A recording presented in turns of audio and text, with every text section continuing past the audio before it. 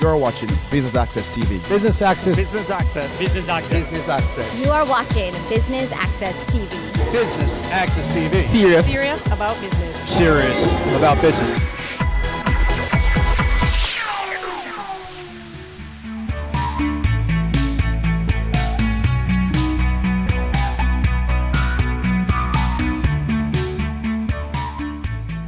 The Office of Utilities Regulation and the Petroleum Corporation of Jamaica have partnered to bring you the inaugural Natural Gas Conference under the theme New Horizons, the development of a natural gas sector in Jamaica, prospects and challenges. BATV is here to bring you the highlights of what promises to be an energy-filled event. I'm your host, Andrew Laidley. Stay with us.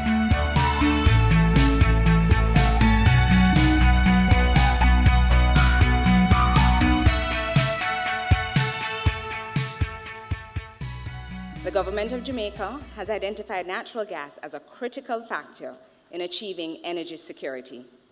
Under individual mandates, the Office of Utilities Regulation and the Petroleum Corporation of Jamaica have been tasked with charting the course for the successful development of Jamaica's natural gas industry. The organizations have banded together to stage a forum where individuals and organizations across the spectrum can gain a better understanding of all the implications of this promising new industry. And today, we are pleased to say, welcome to Jamaica's inaugural Natural Gas Conference. It is truly a very great pleasure for me to welcome you to this inaugural conference on natural gas, being held under the theme, New Horizons, the development of a natural gas sector in Jamaica, prospects and challenges. From where I sit, I am particularly gratified to see this event come to pass. And I know that this sentiment is shared by my colleagues at the OUR and PCJ, organizations which have each in their own way been in the vanguard of energy sector initiatives and have played, indeed, a pioneering role in staging this event. The emergence of a natural gas sector in Jamaica is a development that is long overdue for many reasons. Notably, the ever-increasing global demand for energy can no longer be met primarily by fossil fuels. We must find ways to satisfy our growing energy needs that do not threaten our natural resources. Failure to do so creates the real potential for catastrophic climate change, such as more powerful and less predictable hurricanes, which all of my fellow Caribbeans here this morning will very much appreciate has already begun. As a small island nation, very vulnerable to the dangers of climate change, we must focus on caring for our environment. In that effort, natural gas is a far cleaner fuel than the oil we burn and will significantly reduce Jamaica's carbon emissions. Jamaica's development plan, Vision 2030, has established as a national goal the development of a modern and efficient energy sector that provides affordable and reliable energy supplies. That securing this objective is imperative for a country like Jamaica is, I'm sure you will agree, impatient of debate. For much of the prospect for our economic development hangs on the achievement of this goal. Clearly, one of the ways this will be achieved is through the introduction, development, and use of new sources of energy, such as natural gas. I believe it's not overstating the case to say that the introduction of natural gas is a potential game changer for Jamaica's energy industry and indeed for the wider economy. This conference is the result of partnership. So having been addressed by the chairman of the OUR, we will now hear from the chairman of the PCJ, Mr. Russell Hadid. The effort to bring natural gas to Jamaica dates back almost 2 decades. Successive energy policies and strategies have sought to establish a supply stream for Jamaica with sources that are reliable, sustainable, environmentally friendly, and wherever possible, indigenous. This approach saw us moving away from heavy utilization of crude oil to a mix that includes more use of clean fuels and renewable sources. Against this background, the introduction of natural gas into Jamaica's energy landscape is a most welcome development. It represents an advancement of the government's strategy to modernize the country's energy infrastructure. While a few operators in the local energy sector are seized of the significance of this development, the message needs to spread to the wider community. As a government entity mandated to promote energy security, the Petroleum Corporation of Jamaica wants to expand the dialogue around the commercial opportunities in natural gas. At the same time, the Office of Utilities Regulation is trying to involve local entities in the conversation around governance and regulations. The result is our collaboration to stage the first natural gas conference in Jamaica. The conference is a chance for local interests to learn from regional and international experts, as well as service providers, about the natural gas industry and its implications. We have been trying to get natural gas as a source of fuel for quite some time. In fact, it's perhaps over 2 decades.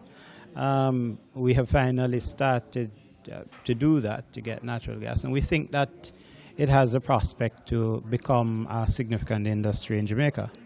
The conference is aimed at stimulating interest.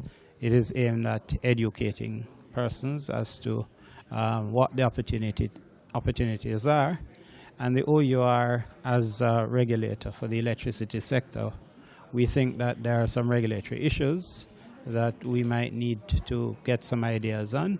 It is not to determine that there is going to be any particular form of regulation, but it's more or less an awareness session.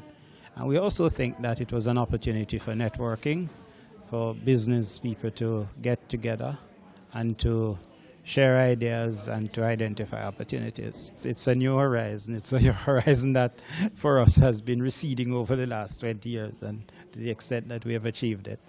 And therefore, the question then arises to what are the challenges in terms of how it is developed going forward? How do you ensure that what has begun, and it has begun well, that it expands and that it benefits all of Jamaica? I think that's what we're trying to do here, to get a sense of what are the prospects, what are the opportunities, what are the potential benefits, and how do we set up a framework that allow those opportunities to be taken advantage of. We go to a break, but stay with us. There's much more after this.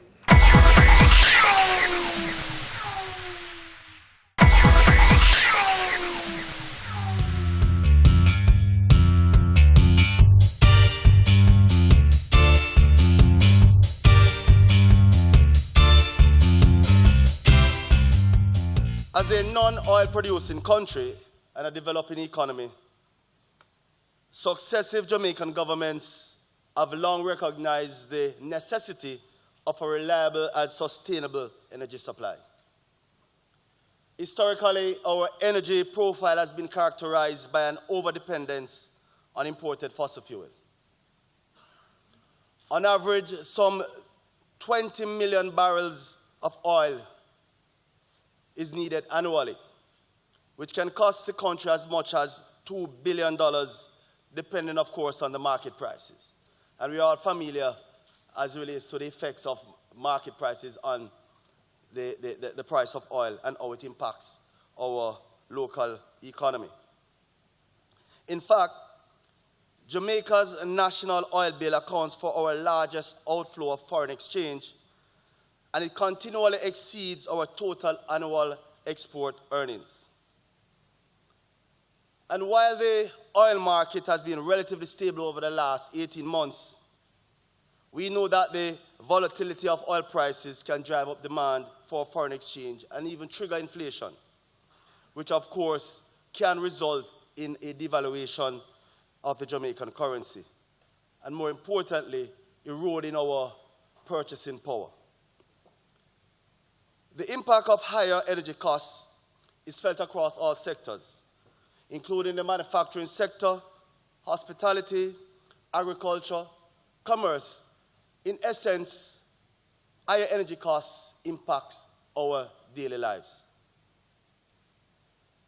To address these imbalances, Jamaica's energy policy prescribes energy diversification as the key to achieving the kind of energy security the country needs.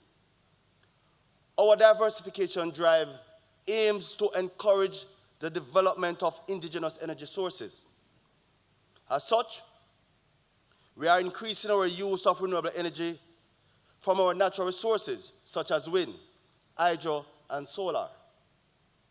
In addition to that, ladies and gentlemen, we are undertaking exploration activities to search for oil and gas in our offshore blocks.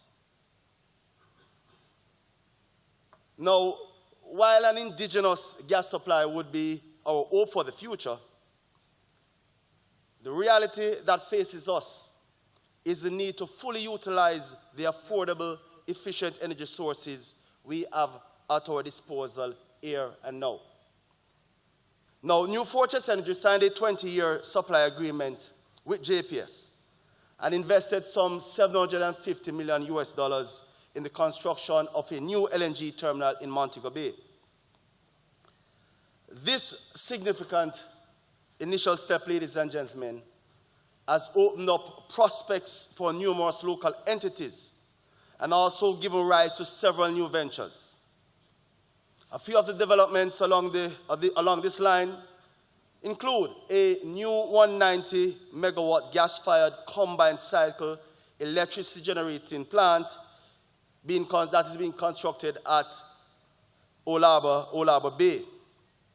A cogeneration plant is to come on stream to provide 94 megawatts of baseload capacity to the national grid, which will be built at the Jamalco plant in Clarendon. And recently, the University of the West Indies and Red Stripe announced plans to power their operations with liquid natural gas. And so, ladies and gentlemen, I can confidently state that Jamaica is now open for business and investments in the natural gas space. Talk to me a little bit about just how monumental this conference is to Jamaica right now. This conference sends a signal. It sends a signal to the market, both international and the local market, that we are open for business in transforming the energy sector. The minister spoke about how the dependence on one fuel, the HFO, over all of these years have impacted our Jamaican economy. Now we're making that switch. It was a policy from 2009, and now it is being done. It's here, and there are other opportunities that are going to open up for the country, both as a hub for international supplies as well as new industries in Jamaica. That's what this is about. When it comes to natural gas in particular, do you think Jamaica is at a place where it can now move forward as a new industry? Indeed we are. We have incorporated natural gas in our energy mix. We have a 120 megawatt plant in Bogue, in Montego Bay, that is gas-fired. We are looking, we are in the construction phase of a 190 megawatt facility out at Olaba Bay, and we just gave them a license to do a 94 megawatt facility, a cogeneration facility out in Jamalco. And so with the incorporation of LNG in our energy mix, it speaks to quite a number of opportunities present itself, as relates to engineers, as relates to persons working in these facilities, as relates to developing a logistic hub here in Jamaica for us to be able to supply LNG to other countries within the region.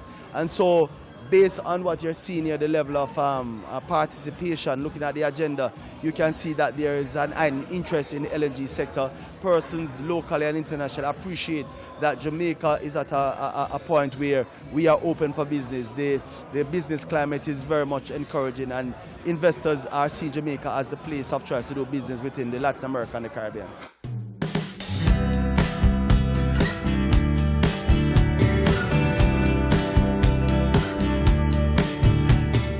take our final break, but don't go anywhere. We have more highlights for you after this.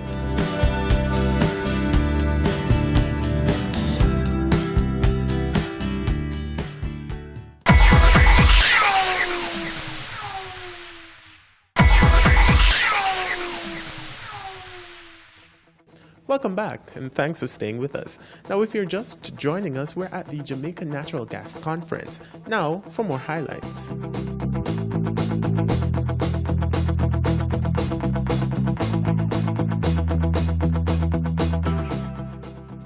Why did you choose Jamaica? What does New Fortress Energy see in Jamaica? Why are you here? The Caribbean, until pretty recently, was virtually 99% oil. So, and with that, every time you get a fluctuation in oil prices, it has devastating impacts on the economy. Also, these are amazing places to come and visit and vacation and live. And the sight of a plant burning heavy fuel oil is very much at odds with the environment that you're in. So we thought it was logical to come to the Caribbean. The first place we went actually was the Bahamas, because they were talking about doing something. They're still talking about it, actually getting closer. And then we heard that JPS was actually running a process to convert the Bogue plant. And so the first time I came down here was in January of 2015. And we came down, met with the folks then, went through an extensive process, met Dr. Lawrence along the way and a lot of other people. And I think we concluded with a transaction in August of 2015. That's how it all started. So what has the experience been like, in particular interacting with the government and the stakeholders, other stakeholders? Regulations exist to protect people who are there for a reason, and the OER, I think, is very focused on the right things. But regulators also can be big enablers, and government can be a big enabler, and that's exactly what our experience was here. So, and it's a really great experience. What do you think are the barriers to entry in some of the Caribbean markets, or markets like Jamaica for LNG projects and other infrastructure projects? What do you think are some of the... Well, I have a different answer now than I would have when we started this. I mean, there's no doubt that at the end of the day, development capital to go build this stuff is very, very difficult to come by. And, these projects are big, but they're not so big that we can't fund them ourselves. And there's no doubt that that is just an incredibly important aspect of it. Because the truth is, with the best of intentions, and there are great intentions from local banks and from the bilaterals and multinational banks and whatnot, when somebody tells me it's going to be financed with a multinational bank, I go someplace else. I just do. I think it takes too much. And so I think once projects are up and running and they're operational, finance is readily available. That's a very different financing metric. But it's hard to finance, and so I think you have to be prepared to go in with your own capital. That's what really makes the difference. And I think that the Caribbean it's a place of broken promises. There's a lot of people that come in and say something that for whatever reason it doesn't happen, whether they intended to or not.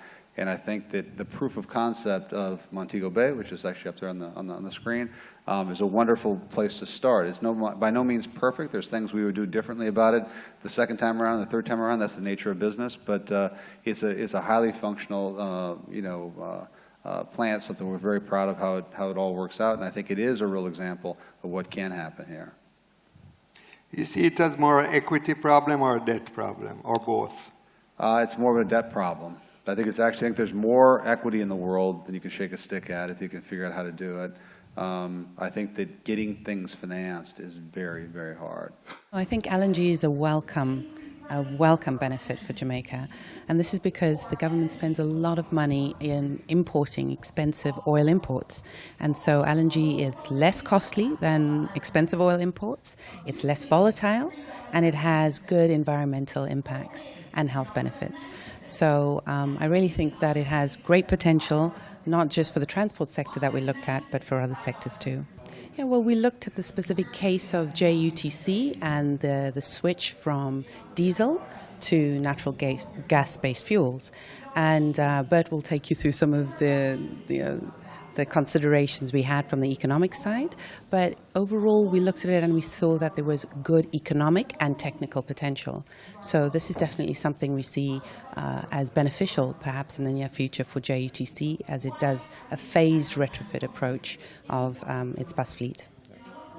I think it's important to highlight that we looked at 3 fuel options, so not one option, but 3 fuel options, and those options being liquefied natural gas, so LNG, also compressed natural gas, and also LPG. Whereas LNG and CNG are all both based on natural gas, and LPG is an oil product. So we assessed both of all these 3 fuel options from a techno-economic perspective and also from a policy perspective. Yeah, our techno-economic analysis shows that all three options are interesting alternative fuels, though the results of the cost-benefit of the 3 fuels are all slightly different. But especially for the LNG case or CNG case, for example, it has a positive outcome from the economic cost-benefit analysis. But also I'd like to highlight the environmental benefits that we've also identified. So lowering the CO2 footprint to some extent, and especially improving local air quality in terms of almost 0 reductions of particulate matter and components like SOx and NOx, and that can have a strong improvement of the local air quality. That's also one of the benefits we explicitly identified in the analysis. Over the past 20-30 years, Jamaica has tried to diversify its fuel for generation and for general use. So a lot of attempts were made in the earlier years to introduce natural gas. In the 2009 to 2030 energy policy, and in earlier policies, there was a definitive attempt to diversify the fuel. We are now looking at renewable energy, natural gas, and other alternative energy sources to diversify fuel. We are an island nation, so we have to import all our fuels. The only fuel we do not import is like solar energy, hydropower, and wind. That, at the present time, takes up about 10% of our, and prior to now it was about 5%. But in last year we bumped it up to 10 to 11% of our overall energy concern. Now for energy security, you need that kind of diversification, because God forbid, should the ships not come, we would be left without any energy source, and energy is very essential to national development and for just a man to live. So the Petroleum Corporation of Jamaica has the responsibility to implement the energy policy. We are regulators. The OUR regulates electricity, which is a big chunk of the energy use. We regulate also water and telecommunications. We were going along separate tracks to put a conference on to make our stakeholders and the general public aware of what we do and let them understand what we are doing to implement the energy policy and to make life better. We recognize that it would make very good sense for us to come together and put one conference together. I think the entire conference is very impressive. We've had people from all over. I'm tempted to say the world, but we have had quite a few outside of Jamaica. Visitors coming, people presenting, gas suppliers, equipment suppliers. We have had bankers, people from different cross-section of the industry coming here. What's impressive about it the most is everybody is very positive that natural gas is a good thing for Jamaica, creating jobs, in making us more competitive in what we're doing. And so on an overall basis, very, very successful in terms of what the feedback we've been getting. Natural gas, it's primarily methane naturally coming out of the ground, yeah? In order to move it. So if you think of, it's like LPG that most people, cooking gas that most people is familiar with, except cooking gas is petroleum based. Natural gas is natural.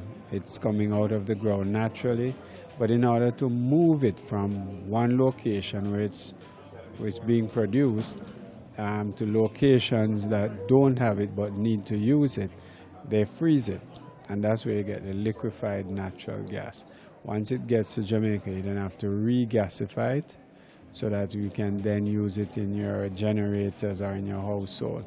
So it is exactly what they say, natural gas. The one thing, and the minister has mentioned it, is that while we're pushing ahead with natural gas, we can't lose sight of the fact that this is a diversification strategy. It's not a switch.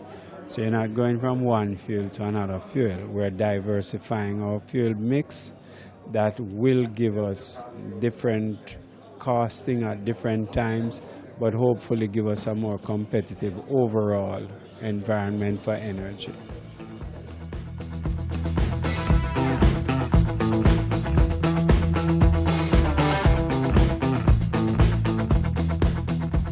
That brings us to the end of the Jamaica Natural Gas Conference. Until next time, I'm your host, Andrew Laidley, and stay tuned to Business Access TV, serious about business.